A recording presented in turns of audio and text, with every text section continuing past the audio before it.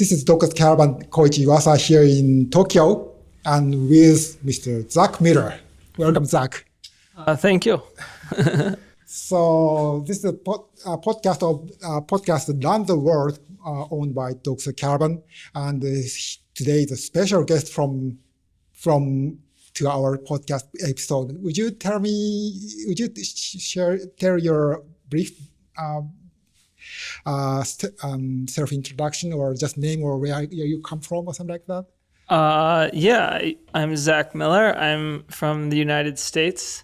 I grew up in Pennsylvania on the East Coast, but I split time now, living part of the year in Oregon and part of the year in Colorado. I'm a runner for the North Face. I've been with the brand for, I think, since 2017 now, so quite a few years, and running lots of races over the years, UTMB a bunch of times, Hard Rock, Tarawera, all sorts of different things, World Championships, it's good to be here. It's been quite the journey. So this is first visit to Japan, first trip to Japan, right? Just arrived to this morning? Yeah, this is my first real visit to Japan, and I just got in a few hours ago. So it's too early to ask the impression of Japan. But what's in your mind? What's your expectation, or what where to see, where to visit, or do you have anything in your mind? Or I don't think I have a ton of expectation. Just that I think, as with most places, there will be some things that are very different, and I'm curious to see what those things are, culturally and just, in the place itself.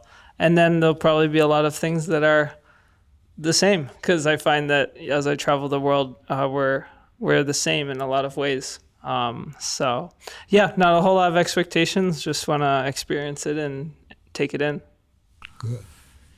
Well, Zach is here to celebrate the North Faces Summit series. It's a 25th anniversary this year since its launch in 2000.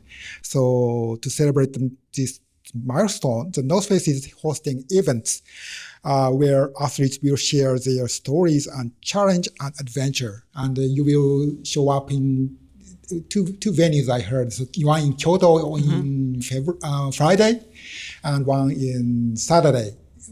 That's where I will be facilitator of the Tokyo Saturday event. So we will meet you again on Saturday as well. So, but before, we will talk a lot about the your early life, or your attitude, or your philosophy against running, or something. We will dig deep into your own inner world or something like that. But this interview is. We would like to talk little bit about some more different aspect of the running, some technical racing, or some professionalism, or your really outstanding commentator of our sports, I guess. So we would like to ask the kind of different topics which will not be covered in the Friday, Saturday event. So the first topic is the recent races of your run. So one is the World Championship in Spain, Canfranc. So it was. So you were the 18th place as an individual, but you contributed to Team USA to earn the silver medal, right? That should be a big achievement and successful. And happy for Team USA. So you are 3-time consecutive athlete to represent USA, right? So from Thailand, Chiang Mai. Yeah, I guess so. Thailand. In Thailand, I competed in the short trail race. So the what is it? It's about a 42K race. And then, in Austria, I did the long trail, and now in Spain, I did the long trail again. So, I guess 3 teams in a row. How's Canfranc? So was it difficult? People said it's really difficult terrain, and really technical. What's your feeling? What's your impression? Yeah, I actually really enjoyed Confranc. I really appreciated the course that they developed for us there, the course that they chose. I thought it was actually a very good representation of the sport of mountain running. I felt like it was a very proper mountain running course. It didn't necessarily suit everyone's strengths. There were some runners who are very good, but they're just not maybe as good on that type of course. But I don't think that's not necessarily the goal of World Championships, to create a course that's perfect for everyone. It's to create a course that represents the sport of mountain and trail running. And I think what they created did that very well. There was a lot of steep climbing, steep descending. There was some good, smooth, faster trail. There was also a lot of trail that was technical. There were sections that were not even really trail. It was just, basically traversing terrain through the mountains, which I think is an important aspect of our sport. So yes, it was a very challenging course, but I thought it was a very good course and a very good representation of our sport. So I really enjoyed it, even though it was hard. And I just felt really good about the type of course that it was. So you enjoyed that sort of very mountaineous, technical, rocky. I will say that like some of the stuff in that course was probably not the best for my strengths. Like there were probably many runners who were better at certain parts of that course. Then there were some parts that were maybe more suited to me, but it's kind of nice to have that mix so that it's, you have different athletes excelling in different sections, and it makes for a really interesting battle in the race. And I really enjoyed it, even though, I might have been faster on like a slightly different type of course. But I think there was also like a lot of that course that did suit my strengths. We a little bit chatted before the interview. So I was a team officer of Team Japan, and some athletes were a little bit said it's really difficult. And, and it is, especially with everyone traveling from all over the world. Some of the athletes don't get to see the course very much before they do it, and that was a challenging course to do without seeing it.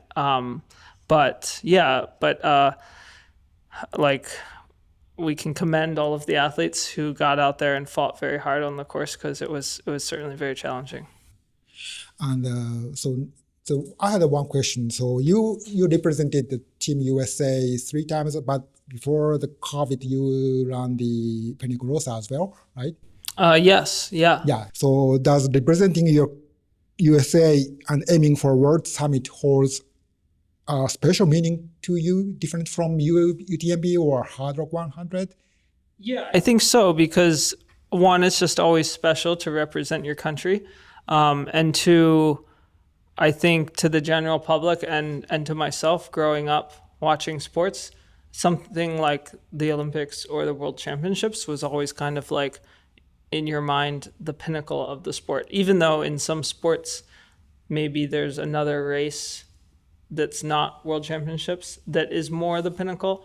But like in the public eye, it's very much like if you say World Championships, people, that kind of gets their attention. And I think as the sport develops, I would really like to see World Championships it doesn't necessarily have to be far and away the premier race, but I like to see it as one of the pinnacle races of the sport. And I think we're getting there with this new format for World Championships, and that's something I really want to support, and it's something just that I feel drawn to. So yeah, I keep going back year after year when I can qualify. You always have to qualify for your to represent your country, but I really enjoy being able to do that, and I put it as a high priority. Yeah, so UTMB or Western States is really great races, but what I found about World Championship is it's a quite runners are coming from quite different backgrounds, countries or backgrounds.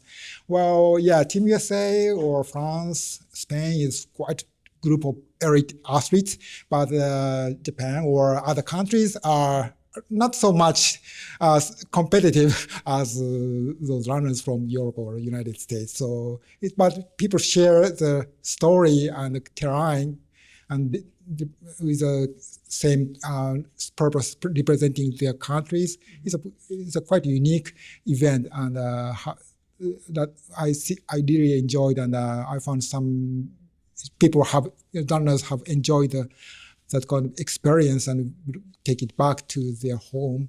Mm-hmm. It's a good thing. But yes, not my interview, but sorry, I'd like to share our experience. Yeah, no, it's good to hear your thoughts. Okay, so I would like to also talk about the somewhat technical aspects of training and nutrition as strategies of your own. Most of the trail runners are struggling and seeking how to manage their training and nutrition. So I have sent some questions to you before you're departing in Japan, and you kindly to write back to me. And you said the Cameron's Corn near Pikes Peak, I guess. So it's climbing up and down is your key workout. But on the other hand, what I heard is you do not rely on your watch or heart rate monitor or something. That's sort of quite a technical devices. You rely on your own feeling or something like that. Am I correct? Yeah, I mean, in my early years in the sport, I was very much known for training with just either no watch at all or just a very simple watch, just keeping track of time. But not really any other statistics. Now I do utilize, a much fancier GPS watch. But yeah, when I am out training, I don't do a ton of, I think I still largely train to feel, and then the watch records all the data and I can look at it afterwards. But I don't. I think the data is more kind of for like looking back, and also for kind of like keeping track of some general stats, and also it gives me the ability to look back later if I ever if I'm trying to strategize and I think, oh well, the preparation for that race went really well. What did I do? I can look back and see. But yeah, I mean, even this year I did have a period where I was training with a heart rate monitor, but I wasn't so much running to get it to be a specific number. I was more just collecting the data to kind of see if it would be interesting and see if maybe it would be helpful in the future. But no, if I'm doing a hard interval or something, I'm not running to a specific number on my watch usually. I'm just more running to a feel. And that's something that I've done, I think. One, it sort of simplifies it and makes it a little less stressful. And two, the numbers on the watch are kind of only as good as the watch is, the accuracy or the precision of it. But your body actually gives you a lot of information, and I think it's very valuable to be able to learn to listen to your body, especially because when I ran a race, I don't really so much run to the watch. I run more to my feel and also just to the competition around me. I'm trying to compete with people, so sometimes I might be going too hard or sometimes not hard enough, but it's more of a feel thing and just a competitive thing. So yeah, I guess I've always kind of leaned more to a less data focused method. But I will say one thing I have found over the years is with a fancier watch, I have been able to log more accurate statistics in terms of mileage, or not time, because you could always log time, but and vertical. And I have found it to maybe be helpful to just keep track of that and make sure I'm kind of hitting certain goals. But it can be dangerous too. You can get carried away and accumulate numbers just for the sake of, I don't know, it looking impressive. And so you have to be mindful of that and not get not get in trouble doing too much. So yeah, sometimes I think it is valuable to just keep it largely based on feel and keep it simple. And then you can just let the watch record everything so that you can look back later and see what it was and learn something from it. So even now, the feeling is a key factor or the quite important factor to consider the progress of your training or racing or something like that. Yeah. I mean, because even if a coach gives you certain numbers to hit, if you go out and that doesn't feel right, that feels way too hard or feels way too easy, I think it's important to make a note of that and pay attention to that. Our bodies are not just a set of numbers. They're full of all sorts of feelings.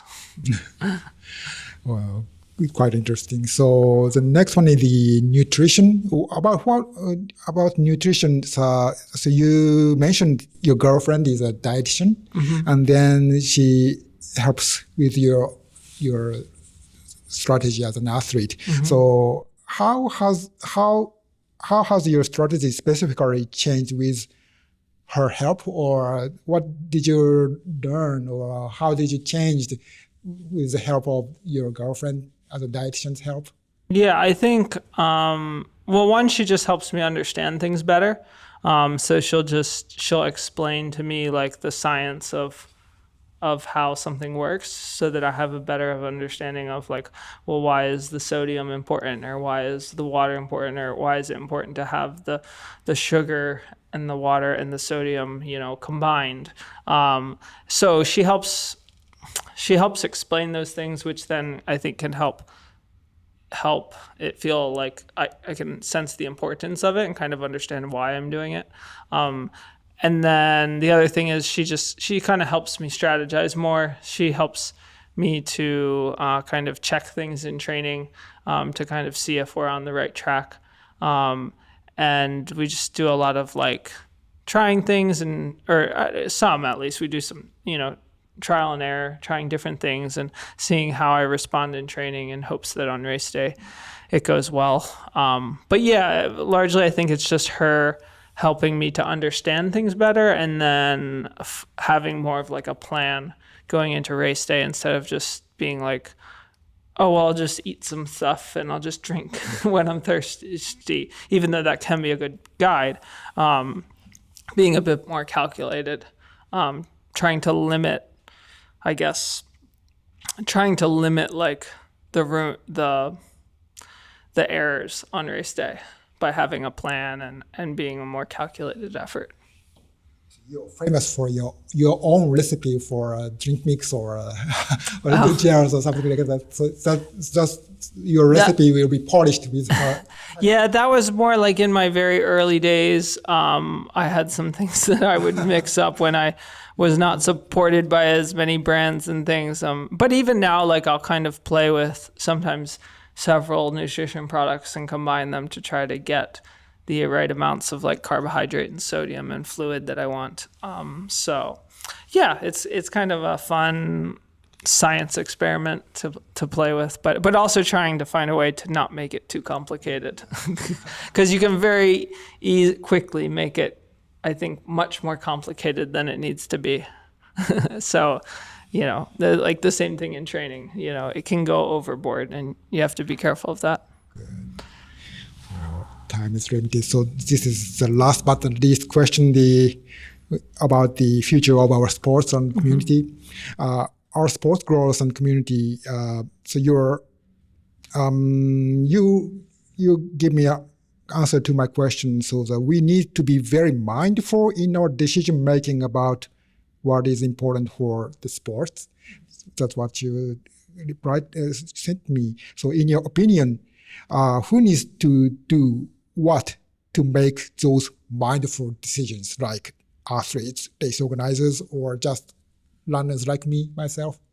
I mean, I think it's a mix of all of us. I think we all have to be mindful. I mean, I think as runners, if we want to prioritize certain like the spirit of the sport, then we need to be mindful of,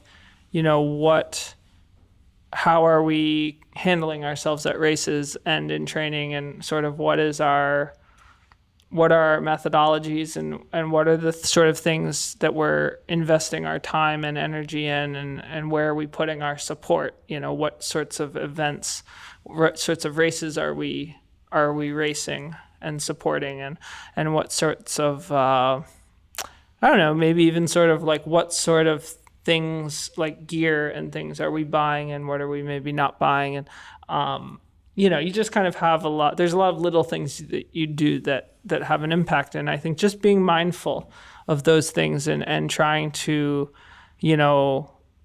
make decisions that, keep the sport in a healthy space, and what that looks like may vary from person to person.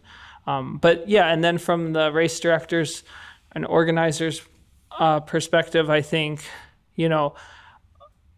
ultra or trail running's, in the US, it still kind of has this very soulful grassroots vibe, and that doesn't need to be the vibe of every race. But I think the sort of approachable and friendly nature of it, the place where people feel accepted and like they can enjoy nature and be respectful of nature and have a good time, I think those are things that we should try to preserve. And as a race director, we should try to put on races that are respectful of those aspects. And then as like media or fans, or just anyone kind of participating in the sport, I think just putting our interest and our support and our time behind things that are the way we want the sport to be. So, whether that's like, I don't know, which races we sort of pay attention to and support with our cheering, or, I don't know, there's a lot of different ways that could look. But yeah, I think it just takes a mindfulness. Like the sport is growing quickly and rapidly, and there's a lot of good things happening. But like anything, when it grows that quickly, sometimes you can stray from sort of the true essence of the sport. And I think we just need to be mindful, like, not to do that.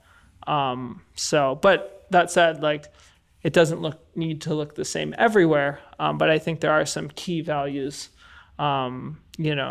that we should hold on to. Well said. Thank you so much. Yeah. So let's be mindful. So there's a different, so even different background, but your word is sounding, that should be keywords for our community and our sports. Thank you. Well, thank you so much. So you will travel around Tokyo and Kyoto, and you will be surprised. This is your first visit, but even your first visit, a lot of people are big fans are in front of you. So I'm so happy to see those kind of people, to see you in front and hear your direct words from your mouth. Mm-hmm. Yeah. Well, enjoy your stay. It's a short stay, but enjoy your short stay, and hope to see you again in Saturday event. Thank you so much, Zach. Yeah, thank you for your time. 29 and I find myself wondering what did happen to the last 10. I ran away with my life fast.